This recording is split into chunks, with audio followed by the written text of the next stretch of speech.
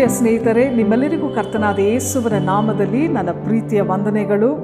ಈ ಆನ್ಲೈನ್ ಮುಖಾಂತರವಾಗಿ ಮತ್ತೊಂದು ಸಲ ನಿಮ್ಮೆಲ್ಲರನ್ನು ಸಂಧಿಸುವಂತೆ ಕರ್ತನು ಕೊಟ್ಟಂಥ ಈ ಕೃಪೆಗಾಗಿ ನಾನು ದೇವರ ನಾಮವನ್ನು ಮಹಿಮೆಪಡಿಸುತ್ತೇನೆ.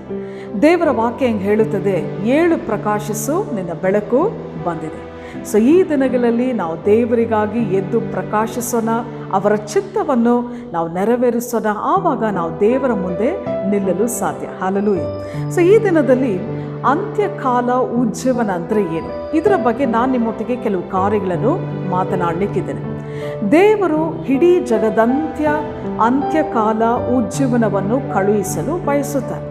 ಸೊ ಈ ಅಂತ್ಯಕಾಲ ಉಜ್ಜೀವನಕ್ಕೆ ಅರ್ಥ ಏನು ಎಂದು ನಾವು ನೋಡಬೇಕಾದ್ರೆ, ಯೇಸುವಿನ ರಹಸ್ಯವಾದ ಬರೋಣದಲ್ಲಿ ಭಾಗವಾಗಲು ನಾವೆಲ್ಲರೂ ಸಿದ್ಧವಾಗುವ ಸಮಯವಿದೆ. ಯಾಕಂದರೆ ಪ್ರತಿಯೊಂದು ಮಾನವ ಜನಾಂಗದ ಮೇಲೆ ಒಂದು ಅಂತ್ಯ ಬರಲಿಕ್ಕಿದೆ. ಶೀಘ್ರದಲ್ಲಿ ಭೂಮಿ ಆಕಾಶ ಹಾದು ಹೋಗಲಿಕ್ಕಿದೆ. ಆದರೆ ವಾಕ್ಯ ನಮಗೆ ಇಲ್ಲಿ ಹೇಳುತ್ತದೆ, ಮಲಾಕಿ ಬರೆದ ಪ್ರವಾದನೆ ಗ್ರಂಥ 4ನೇ ಅಧ್ಯಾಯ 5ನೇ ವಚನವನ್ನು ನಾನು ಓದುತ್ತೇನೆ. Malachi chapter 4 versus 5. ಮಹಾ ಮತ್ತು ಭಯಂಕರವಾದ ಕರ್ತನ ದಿನವು ಬರುವ ಮೊದಲು ದೇವರು ಪ್ರವಾದಿ ಏಲಿಯನನ್ನು ಕಳುಹಿಸುತ್ತಾರೆ ಎಂಬುದಾಗಿ ಇಲ್ಲಿ ವಾಕ್ಯ ನಮಗೆ ಹೇಳುತ್ತದೆ. ಮಹಾ ಮತ್ತು ಭಯಂಕರವಾದ ದಿನವು ಬರಲಿಕ್ಕಿದೆ. ಸೊ ಕ್ರಿಸ್ತ ವಿರೋಧಿ ಇಡೀ ಜಗತ್ತನ್ನು ಆಳ್ವಿಕೆ ಮಾಡುತ್ತಾನೆ. ಸೊ ಅಂಥ ಸಮಯದಲ್ಲಿ ನಮ್ಮ ಕ್ರೈಸ್ತ ಜೀವಿತದ ಮೂಲಕ ಏನು ನಡೆಯಲು ಸಾಧ್ಯವಿಲ್ಲ. ಆದರೆ ಇಲ್ಲಿ ಬೈಬಲ್ ನಮಗೆ ಹೇಳುತ್ತದೆ, ಮಹಾ ಮತ್ತು ಭಯಂಕರವಾದ ದಿನವು ಬರುವುದಕ್ಕೆ ಮುಂಚೆ ವಾಕ್ಯದಲ್ಲಿ ಸ್ಪಷ್ಟವಾಗಿ ಬರೆಯಲ್ಪಟ್ಟಿದೆ, ಪ್ರವಾದಿ ಏಲಿಯನನ್ನು ನಿಮಗೆ ನಾನು ಕಳುಹಿಸುತ್ತೇನೆ ಎಂಬುದಾಗಿ ಇಲ್ಲಿ ವಾಕ್ಯ ನಮಗೆ ಹೇಳುತ್ತದೆ. ಹಲ್ಲೆಲೂಯಾ. ಅಂದರೆ ನಿಮಗೆ ಅರ್ಥವಾಗಲು ಮೂಲ ಭಾಷೆಯಿಂದ ದೇವರು ಪ್ರತಿಯೊಂದು ಮಾನವ ಜನಾಂಗದ ಮೇಲೂ ಏಲಿಯನ ಅಭಿಷೇಕವನ್ನು ಕಳುಹಿಸುತ್ತಾರೆ. ಹಲ್ಲೆಲೂಯಾ. ಅಂದರೆ ಅಭಿಷೇಕದಲ್ಲಿ ಶತ್ರುವಿನ ಪ್ರತಿಯೊಂದು ಕತ್ತಲೆಯನ್ನು ದಹಿಸಲು ಅದರಲ್ಲಿ ಬೆಂಕಿ ಇದೆ. ಶತ್ರು ದೇವ ಜನರ ಮೇಲೂ ಮತ್ತು ಸಭೆಗಳ ಮೇಲೆ ಕತ್ತಲೆಯನ್ನು ಕಳುಹಿಸುತ್ತಾರೆ. ಅವರು ರಹಸ್ಯವಾದ ಬರೋಣದಲ್ಲಿ ಅವರು ಭಾಗವಹಿಸಬಾರದು ಎಂದು. ಯಾಕಂದರೆ 2 ಮುಖ್ಯವಾದ ವಿಷಯದಲ್ಲಿ ಹಿಂಜರಿಗಿ ಹೋದವರು. ಅದೇ ಆತ್ಮ ಈ ಅಂತ್ಯಕಾಲದಲ್ಲಿ ಕೆಲಸ ಮಾಡ್ತಾ ಇದೆ. ಸೊ ಮೊದಲನೇದಾಗಿ ನಾವು ನೋಡಬೇಕಾದ್ರೆ ಕಾರ್ಗತ್ತಲೆ, ಗಾಡ್ ಆನ್ ದ ಕಾರ, ಡೀಪ್ ಡಾರ್ಕ್ನೆಸ್ ಅಂತ ಹೇಳ್ತಾರೆ.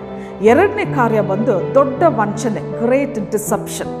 ಸೊ ಈ ಅಂಧಕಾರದ ಶಕ್ತಿಗಳನ್ನು ನಾವು ಜಯಿಸಬೇಕಾದ್ರೆ ನಮ್ಮ ಜೀವಿತದಲ್ಲಿ ಉಜ್ಜೀವನ ಅವಶ್ಯ ಈ ದಿನಗಳಲ್ಲಿ. ಹಲ್ಲೆಲೂಯಾ. ಶತ್ರು ದೇವ ಜನರ ಮೇಲೂ ಮತ್ತು ಸಭೆಗಳ ಮೇಲೆ ಕತ್ತಲೆಯನ್ನು ಕಳುಹಿಸುತ್ತಾನೆ. ಅವರು ರಹಸ್ಯ ಬರೋಣದಲ್ಲಿ ಭಾಗವಹಿಸಬಾರದೆಂದು. ಯಾಕಂದರೆ 2 ಮುಖ್ಯ ವಿಷಯದಲ್ಲಿ ಹಿಂಜರಿಗಿ ಹೋದವರು. ಅದೇ ಆತ್ಮ ಈ ಅಂತ್ಯಕಾಲದಲ್ಲಿ ಕೆಲಸ ಮಾಡುತ್ತಾ ಇದೆ. ಸೊ ಮೊದಲನೇದಾಗಿ ನಾವು ನೋಡಬೇಕಾದ್ರೆ ಗಾಡ್ ಆನ್ ದ ಕಾರ, ಡೀಪ್ ಡಾರ್ಕ್ನೆಸ್. ಆ್ಯಂಡ್ 2ನೇದಾಗಿ ನೋಡಬೇಕಾದ್ರೆ ದೊಡ್ಡ ವಂಚನೆ, ಗ್ರೇಟ್ ಡಿಸೆಪ್ಷನ್. ಸೊ ಈ ಅಂಧಕಾರದ ಶಕ್ತಿಗಳನ್ನು ನಾವು ಜಯಿಸಬೇಕಾದ್ರೆ ನಮ್ಮ ಜೀವಿತದಲ್ಲಿ ಉಜ್ಜೀವನ ಅವಶ್ಯ. ಹಲ್ಲೆಲೂಯಾ. ಸೊ ದೇವರು ನಮ್ಮ ಜೀವಿತದ ಮೇಲೆ ಯೋಜಿಸಿದನ್ನು ಅದೆಲ್ಲವೂ ನೆರವೇರಬೇಕು. ಆವಾಗ ನಾವು ದೇವರನ್ನು ಮೆಚ್ಚಿಸುತ್ತೇವೆ. ದೇವರು ನಮಗೆ ದೇವರಿಂದ ನಾವು ಪ್ರತಿಫಲವನ್ನು ಹೊಂದುತ್ತೇವೆ. ಹಲ್ಲೆಲೂಯಾ. ಸರಿ, ಏನಿದು ಗಾಡ್ ಆನ್ ದ ಕಾರ, what is this deep darkness ಎಂದು ನಾವು ನೋಡಬೇಕಾದ್ರೆ ನೋಡಿ, ವಾಕ್ಯ ಹೆಂಗೆ ಹೇಳುತ್ತದೆ. ಏಷಿಯಾ ಬರೆದ ಪ್ರವಾದನೆ ಗ್ರಂಥ 60ನೇ ಅಧ್ಯಾಯ 2ನೇ ವಚನ ಹೀಗೆ ಹೇಳುತ್ತದೆ. ಐಸಿಯಾ ಚಾಪ್ಟರ್ 60 ವರ್ಸಸ್ 2. ಈಗ ಕತ್ತಲು ಭೂಮಿಯನ್ನು ಆವರಿಸಿದೆ, ಕಾರ್ಗತ್ತಲು ಜನಾಂಗಗಳನ್ನು ಮುಚ್ಚಿದೆ. ನಿನ್ನ ಮೇಲಾದರೂ ಯೆಹೋವನು ಉದಯಿಸುವನು, ಆತನ ತೇಜಸ್ಸು ನಿನ್ನಲ್ಲಿ ಕಾಣಿಸುವುದು ಎಂಬುದಾಗಿ. ಹಲ್ಲೆಲೂಯಾ. ನೋಡಿ, ಈ ಪ್ರವಾದಿ ಶತಮಾನಗಳ ಹಿಂದೆ, ಸೆಂಚುರೀಸ್ ಬ್ಯಾಕ್ ಇದನ್ನು ಸ್ಪಷ್ಟವಾಗಿ ಇದನ್ನು ಹೇಳಿದ್ದಾರೆ. ಮೂಲ ಭಾಷೆಯಿಂದ ನಿಮಗೆ ಅರ್ಥವಾಗಲು ಹೇಳುತ್ತೇನೆ, ಗಮನಿಸ್ರಿ. ಅಂದರೆ ಆ ಕಾಲದಲ್ಲಿ ಯಾವ ರೀತಿ ಕತ್ತಲೆ ಭೂಮಿಯನ್ನು ಆವರಿಸುತ್ತದೋ ಅದೇ ರೀತಿ ಕಾರ್ಗತ್ತಲೆ ಜನಾಂಗವನ್ನು ಮುಚ್ಚುತ್ತದೆ ಎಂದು ಇಲ್ಲಿ ವಾಕ್ಯದಲ್ಲಿ ಬರೆಯಲ್ಪಟ್ಟಿದೆ. ಅಂದರೆ ಅಲ್ಲಿ ಒಂದು ಡೆಫಿನೆಟ್ ಆರ್ಟಿಕಲ್ ಅನ್ನು ಉಲ್ಲೇಖಿಸಲಾಗಿದೆ, ದ ಪೀಪಲ್ ಅಂತ. ಯಾರು ಈ ಜನರು ಅಂದರೆ ದೇವರನ್ನು ಸೇವಿಸುವ ಜನರು, ದೇವ ಭಕ್ತಿಯುಳ್ಳ ಜನರು. ನಾವು ಅಜಾಗರೂಕರಾಗಿದ್ದರೆ ಈ ಕತ್ತಲೆ ನಮ್ಮ ಜೀವಿತವನ್ನು ಕೂಡ ಆವರಿಸುತ್ತದೆ. ಸೊ ಈ ದಿನಗಳಲ್ಲಿ ಈ ಅಂತ್ಯ ಕಾಲದಲ್ಲಿ ನಾವು ಜೀವಿಸ್ತಾ ಇದ್ದೇವೆ. ಸೊ ಇದು ಕತ್ತಲೆಯ ದಿನ. ನಾವು ದೇವರನ್ನು ನಾವು ನಂಬಲು ಸಾಧ್ಯ, ಆದರೆ ನಮ್ಮ ದೈವ ಭಕ್ತಿಯನ್ನು ನಾವು ನಂಬಲು ಸಾಧ್ಯನೇ ಇಲ್ಲ. ಸೊ ಈ ದಿನಗಳಲ್ಲಿ ನಮ್ಮ ಜೀವಿತವನ್ನು ನಾವು ಸಮರ್ಪಿಸೋಣ, ದೇವರ ಚಿತ್ತವನ್ನು ಮಾಡೋಣ. ಆವಾಗ ನಾವು ದೇವರ ಮುಂದೆ ನಿಲ್ಲಲು ಸಾಧ್ಯ. ಹಲ್ಲೆಲೂಯಾ. ಸೊ ನಮ್ಮ ಜೀವಿತವನ್ನು ಸಮರ್ಪಣೆ ಮಾಡುವುದರ ಮೂಲಕ ದೇವರ ಜೀವವನ್ನು ಹೊಂದಲು ಅವಶ್ಯ ಈ ಅಂತ್ಯಕಾಲದಲ್ಲಿ. ನೋಡಿ, ನಮ್ಮೆಲ್ಲರ ಜೀವಿತವನ್ನು ದೇವರು ಮುಟ್ಟಿ ಅನೇಕ ಅದ್ಭುತಗಳನ್ನು, ಅತಿಶಯಗಳನ್ನು, ದೊಡ್ಡ ಕಾರ್ಯಗಳನ್ನು ಅವರು ಮಾಡಿದ್ದಾರೆ. ಸೊ ಆದರೆ ದಿನಗಳು ಕಳೆಯುತ್ತಾ ನಾವು ನೋಡಬೇಕಾದ್ರೆ ಅಭಿಷೇಕವನ್ನು ನಾವು ಕಳ್ಕೊಳ್ಳಬಾರದು.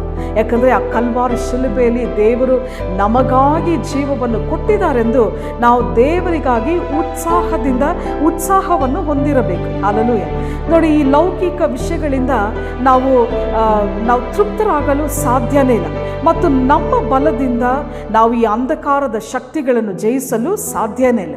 ನೋಡಿ, ಏಲಿಯನ ಕಾಲದಲ್ಲಿ ಜನರು ನಾವು ನೋಡಬೇಕಾದ್ರೆ ಅವರ ಅಂಧಕಾರದಲ್ಲಿ ಅವರು ಮುಚ್ಚಲ್ಪಟ್ಟರು.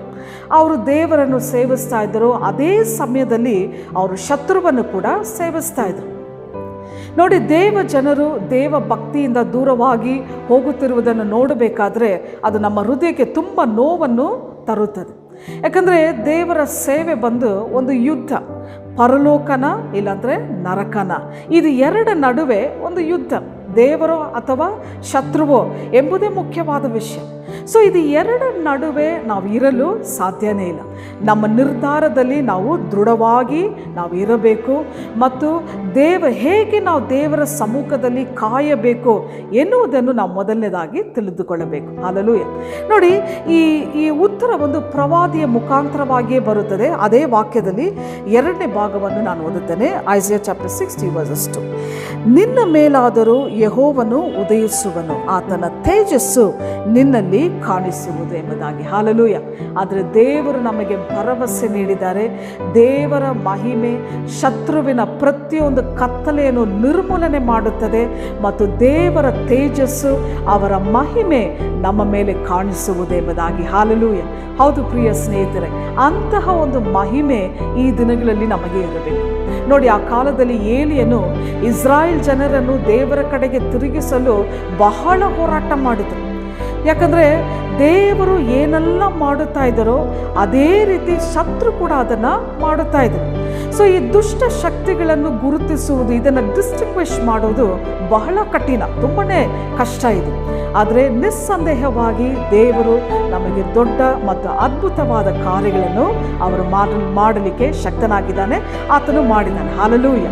ನಿಸ್ಸಂದೇಹವಾಗಿ ದೇವರು ದೊಡ್ಡ ಮತ್ತು ಅದ್ಭುತವಾದ ಕಾರ್ಯಗಳನ್ನು ಮಾಡುತ್ತಾನೆ. ಹಲ್ಲೆಲೂಯಾ. ಆದರೆ ಆ ಕಾಲದಲ್ಲಿ ಏಲಿಯನು ಏನು ಮಾಡ್ತಾ ಇದ್ದನು ಅಂದರೆ, ಶತ್ರುವನ್ನು ಸೋಲಿಸಲು ಒಂದು ಸೂತ್ರವನ್ನು ಕಂಡುಹಿಡಿದನು, ಒಂದು formula. So Elijah found a formula to eradicate the demon. ಏನದು ಸೂತ್ರ, ಏನು ಫಾರ್ಮುಲಾ ಅದು ಎಂದು ನಾವು ನೋಡಬೇಕಾದ್ರೆ, ಯಾವಾಗೆಲ್ಲ ಇಸ್ರಾಯೇಲ್ ಜನರು ಕಾಣಿಕೆಯನ್ನು ಅರ್ಪಿಸ್ತಾ ಇದ್ರೋ ದೇವರು ಅಗ್ನಿಯಿಂದ ಉತ್ತರಿಸಿದ್ರು. ಹಲ್ಲೆಲೂಯಾ. ಅಬ್ರಹಾಮನು ಬಲಿಪೀಠದಲ್ಲಿ ಒಂದು ಕೊಡುಗೆಯನ್ನು ಕೊಟ್ಟನು, ದೇವರು ಅಗ್ನಿಯಿಂದ ಉತ್ತರಿಸಿದ್ರು. ಮತ್ತು ದೇವರು ಮೋಶೆಯನ್ನು ಕರೆದಿದ್ದು, ಮೋಶೆ ಹತ್ರ ಮಾತನಾಡಿದ್ದು ಒಂದು ಅಗ್ನಿಯ ಪೊದೆಯ ಮೂಲಕ. ಮತ್ತು ಸೊಲೊಮೋನ್ ಅರಸನು ಪ್ರಾರ್ಥಿಸಿದಾಗ ಇಡೀ ಬೆಂಕಿ ಬಂದು ಇಡೀ ದೇವಾಲಯವನ್ನು ತುಂಬಿತು. ಸೊ ಈ ಬಾಲ್ ಯಾಜಕನು, ಪುರೋಹಿತನು, ಅವರು ಬಲಿಗೆ ಅವ್ರು ಏನು ಮಾಡ್ತಾಯಿದ್ರು, ಬೆಂಕಿಯನ್ನು ಹಾಕುತ್ತಾ ಇದ್ರು. ಸೊ ಇದನ್ನು ನೋಡಿದ ಏಲಿಯನು ಶತ್ರುವನ್ನು ಸೋಲಿಸಲು ಒಂದು ಉತ್ತರವನ್ನು ಆತನು ಕಂಡುಹಿಡಿದನು.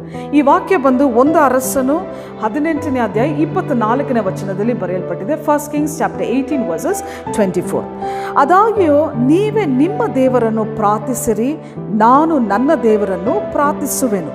ಆತನು ಅಗ್ನಿಯನ್ನು ಕಳುಹಿಸಿ ಪ್ರತ್ಯುತ್ತರವನ್ನು ಕೊಡುವ ದೇವರೇ ಆತನೇ ನಿಜವಾದ ದೇವರೆಂದು ನೀವು ಆತನನ್ನು ಕರೆಯಿರಿ ಎಂದು ಹೇಳಿದನು.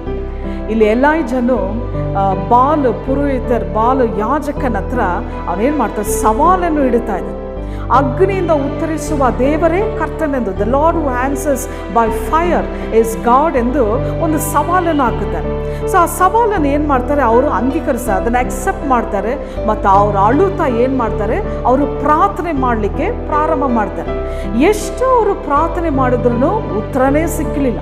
ಅವರು ಅಳುತ್ತಾ ಪ್ರಾರ್ಥನೆ ಮಾಡ್ತಾ ಇದ್ದಾರೆ, ಕುಣಿಯುತ್ತಾ ಇದ್ದಾರೆ ಮತ್ತು ಅವರ ದೇಹಗಳನ್ನು ಮುರಿಯುತ್ತಾ ಏನೇನೋ ಮಾಡ್ತಾ ಇದ್ದಾರೆ, ಆದರೆ ಉತ್ತರ ಬಂದೇ ಇಲ್ಲ, ನೋ ಆನ್ಸರ್.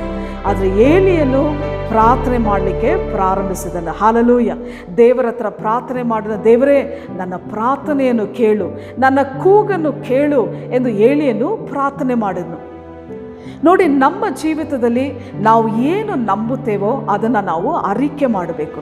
ಸೊ ನಾವು ಏನು ಅರಿಕೆ ಮಾಡುತ್ತೇವೋ ಅದು ನಡೆಯುತ್ತದೆ, ಅದು ಹಾಗೆ ಸಂಭವಿಸುತ್ತದೆ ಎಂದು ನಾವು ನಂಬಬೇಕು. ಹಾಲೆಲೂಯ.